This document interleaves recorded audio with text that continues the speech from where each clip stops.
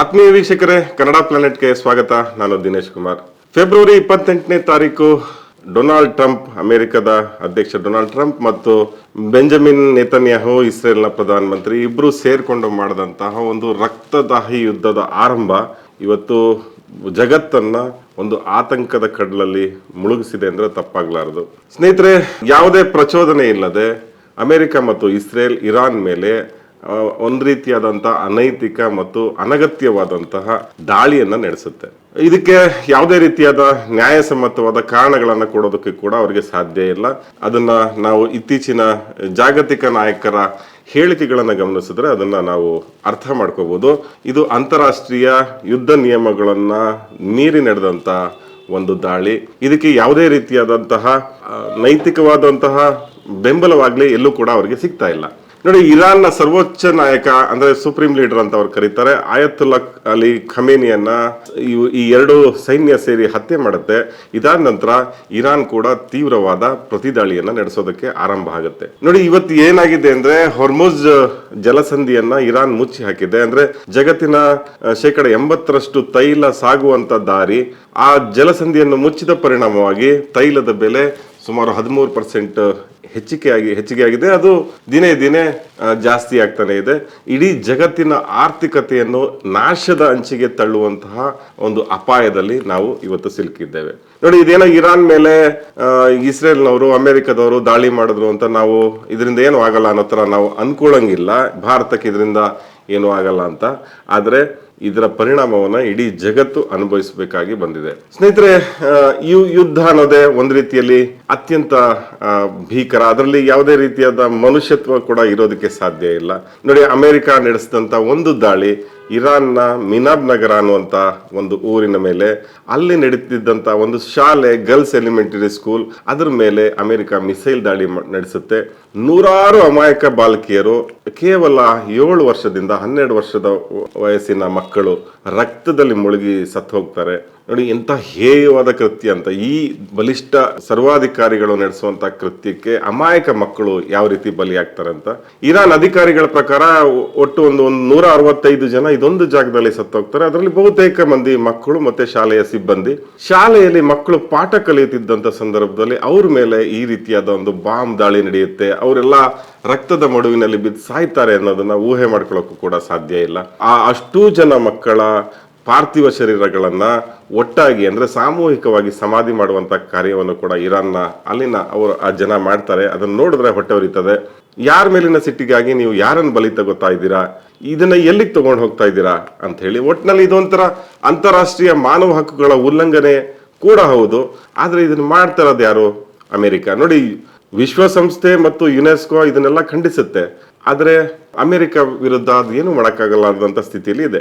ಇದೇ ಯಾವ್ದೋ ಬೇರೆ ದೇಶ ಮಾಡಿದ್ರೆ ಅವ್ರ ಮೇಲೆ ಸ್ಯಾಂಕ್ಷನ್ ಗಳನ್ನ ಹಾಕುವಂಥದ್ದು, ಮತ್ತೊಂದು ಮಾಡುವಂಥದ್ದು ಮಾಡ್ತಾ ಇದ್ರು. ಆದ್ರೆ ಈ ರಕ್ತದಾಹಿ ಟ್ರಂಪ್ಗೆ ವಿರುದ್ಧ ನಿಂತ್ಕೊಳ್ಳುವಂತ ಶಕ್ತಿ ವಿಶ್ವಸಂಸ್ಥೆಗೂ ಕೂಡ ಇಲ್ದಂತಾಗೋಗಿದೆ. ಸ್ನೇಹಿತರೆ, ಈ ಯುದ್ಧ ಎಲ್ಲಿಗೆ ಹೋಗಿ ಮುಟ್ಟುತ್ತೆ? ಇದೇನಾದ್ರು 3ನೇ ಮಹಾಯುದ್ಧದ ಕಡೆಗೆ ಸಾಕ್ತಾ ಇದೆಯಾ, ಅಥವಾ 3ನೇ ಮಹಾಯುದ್ಧನೇ ಆರಂಭ ಆಗಿದೆಯಾ ಅನ್ನುವಂತ ಪ್ರಶ್ನೆಗಳಿಗೆ ನಾವು ಉತ್ತರವನ್ನ ಕಂಡುಕೊಳ್ಳೋದಕ್ಕೆ ಈ ವಿಡಿಯೋದಲ್ಲಿ ಪ್ರಯತ್ನ ಪಡೋಣ.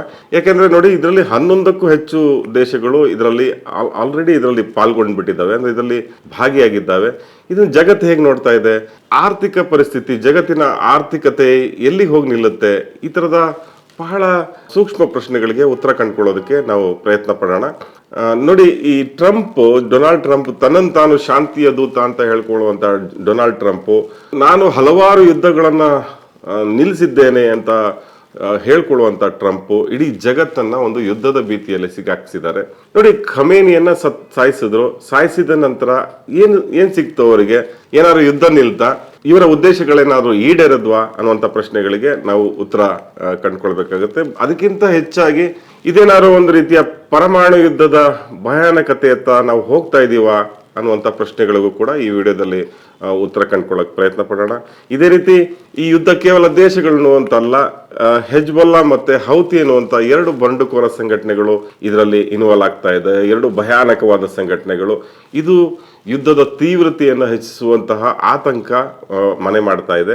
ಏನೇನಾಗ್ತದೆ ಎಲ್ಲದ್ರ ಬಗ್ಗೆ ಈ ವಿಡಿಯೋದಲ್ಲಿ ನೋಡ್ಕೊಂಡು ಬರೋಣ. ಸ್ನೇಹಿತರೆ, ನೋಡಿ, 28ನೇ ತಾರೀಕು ಫೆಬ್ರವರಿ ಇಸ್ರೇಲ್ ಇರಾನ್ ಮೇಲೆ ಪ್ರೀ ಎಂಪ್ಟಿವ್ ಅನ್ನುವಂತಹ ಒಂದು ದಾಳಿಯನ್ನ ನಡೆಸುತ್ತೆ. ಒಂದು ರೀತಿಯಾದ ಅಕ್ರಮವಾದ ದಾಳಿ ಅಂತಾನೆ ಹೇಳ್ಬೋದು. ಅಮೆರಿಕದ ಬೆಂಬಲದೊಂದಿಗೆ ನಡೆದಂತಹ ಒಂದು ರಕ್ತದಾಹಿ ಆಕ್ರಮಣ ಅಂದ್ರೆ ತಪ್ಪಾಗಲಾರದು.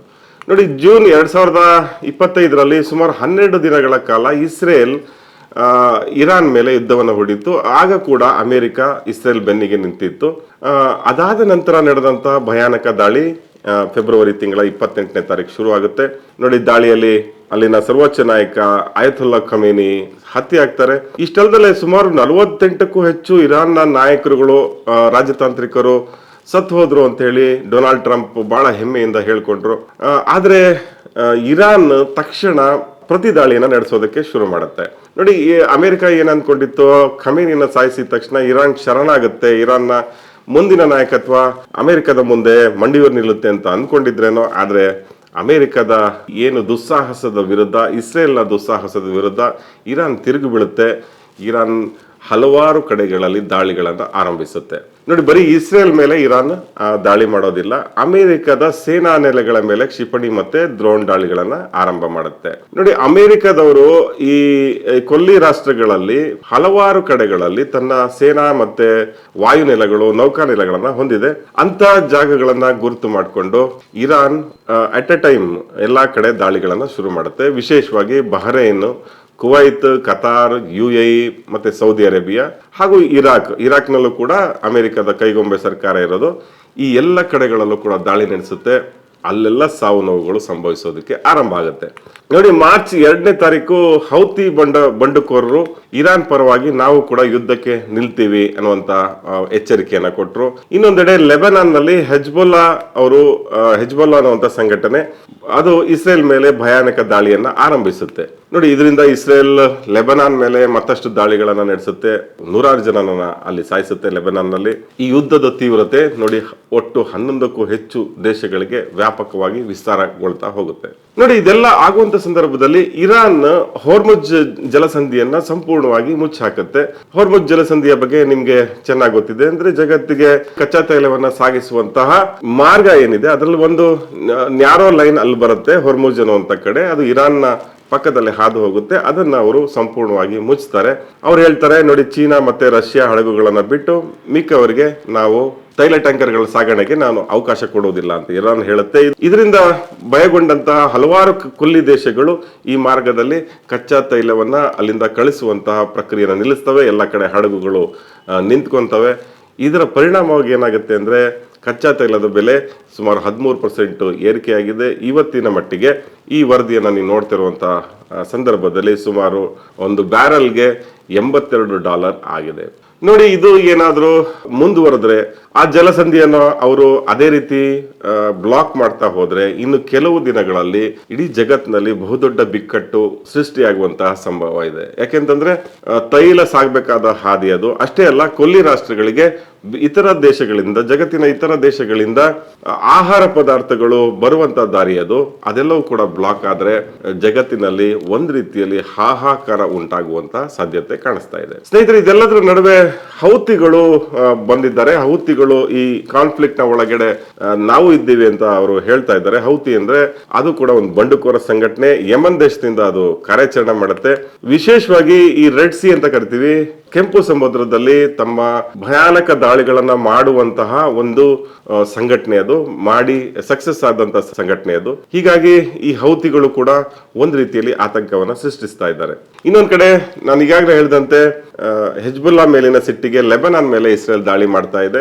ದಕ್ಷಿಣ ಲೆಬನಾನ್ ಮತ್ತು ಬೈರೂತ್ ಮೇಲೆ ಬಹಳ ವಿನಾಶಕಾರಿ ದಾಳಿಯನ್ನ ಅದು ನಡೆಸ್ತಾ ಇದೆ. ಸ್ನೇಹಿತರೆ, ನಾನು ಆಗ್ಲೇ ಹೇಳಿದೆ 11ಕ್ಕೂ ಹೆಚ್ಚು ದೇಶಗಳು ಇದರೊಳಗಡೆ ಇನ್ವಾಲ್ವ್ ಆಗಿದೆ ಅಂತ ಹೇಳಿ. ನಿಮ್ಗೆಲ್ಲ ಗೊತ್ತಿರೋ ಹಾಗೆ ದಾಳಿ ಮಾಡಿದಂತಹ ದೇಶಗಳು ಅಮೆರಿಕ ಮತ್ತೆ ಇಸ್ರೇಲ್. ದಾಳಿ ಆಗಿದ್ದು ಇರಾನ್ ಮೇಲೆ. ಅದಾದ ನಂತರ ಇರಾನ್ ಕೂಡ ಪ್ರತಿ ದಾಳಿಗಳನ್ನ ನಡೆಸುತ್ತೆ.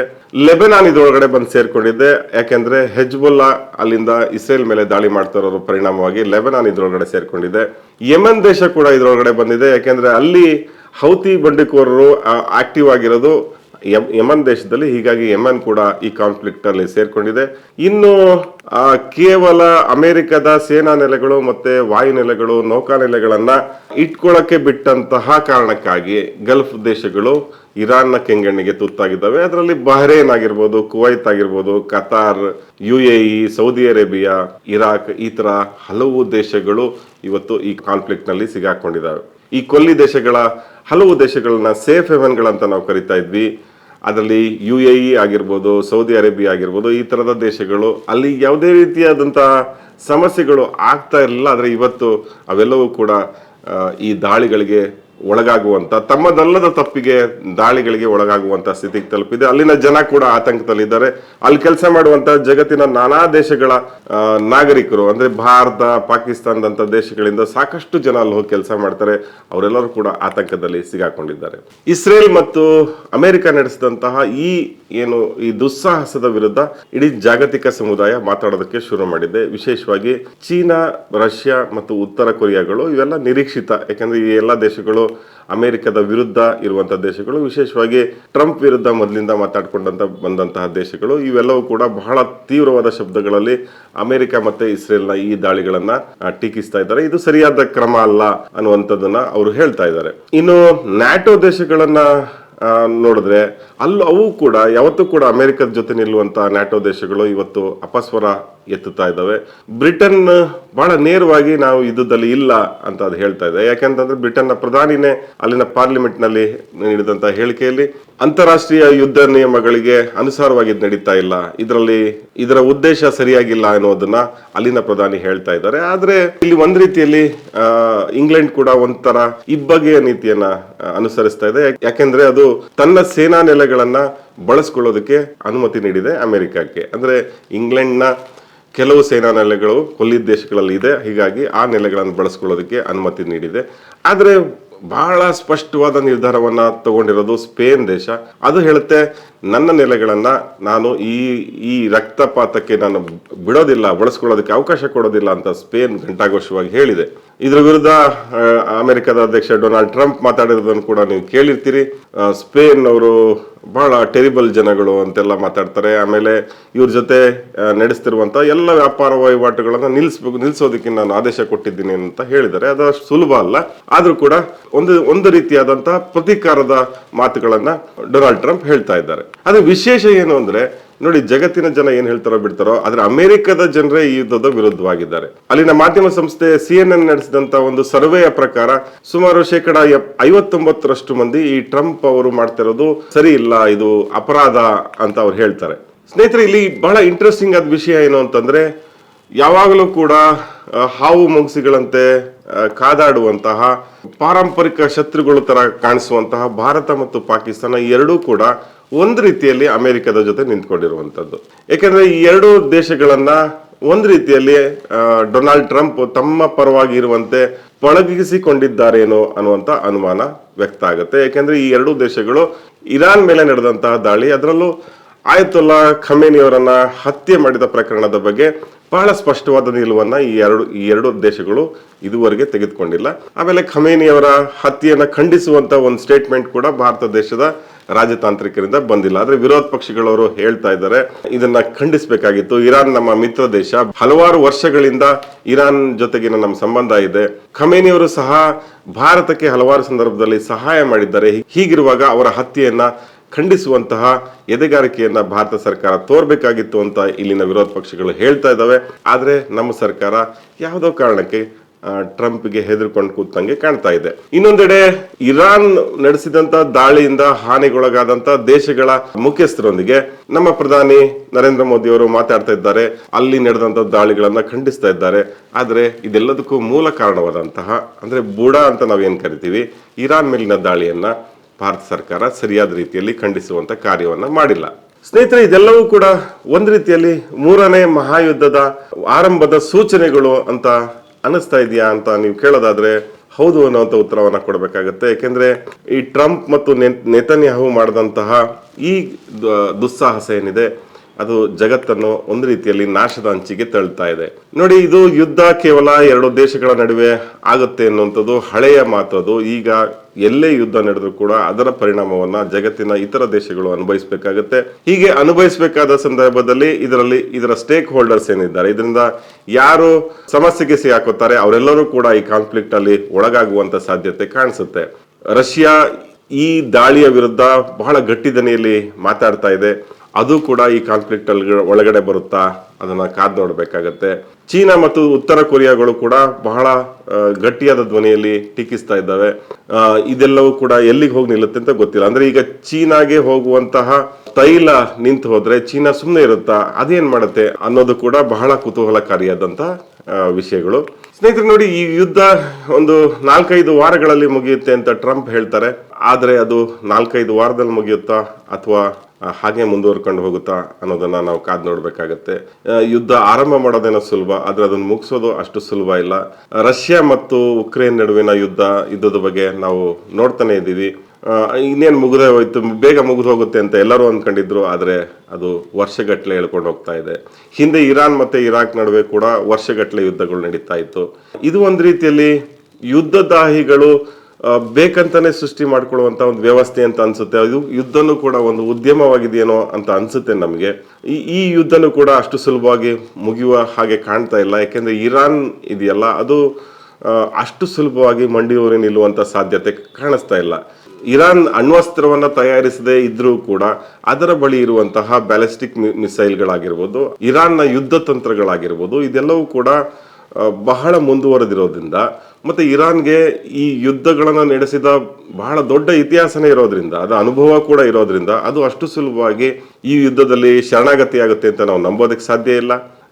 ಮತ್ತೆ ಅಲ್ಲಿರುವಂತ ಸೈನ್ಯ ಕೂಡ ಬಹಳ ಆಕ್ರಮಣಕಾರಿಯಾದಂತ ನಿಲುವನ್ನು ಇಟ್ಕೊಂಡಂತ ಸೈನ್ಯ.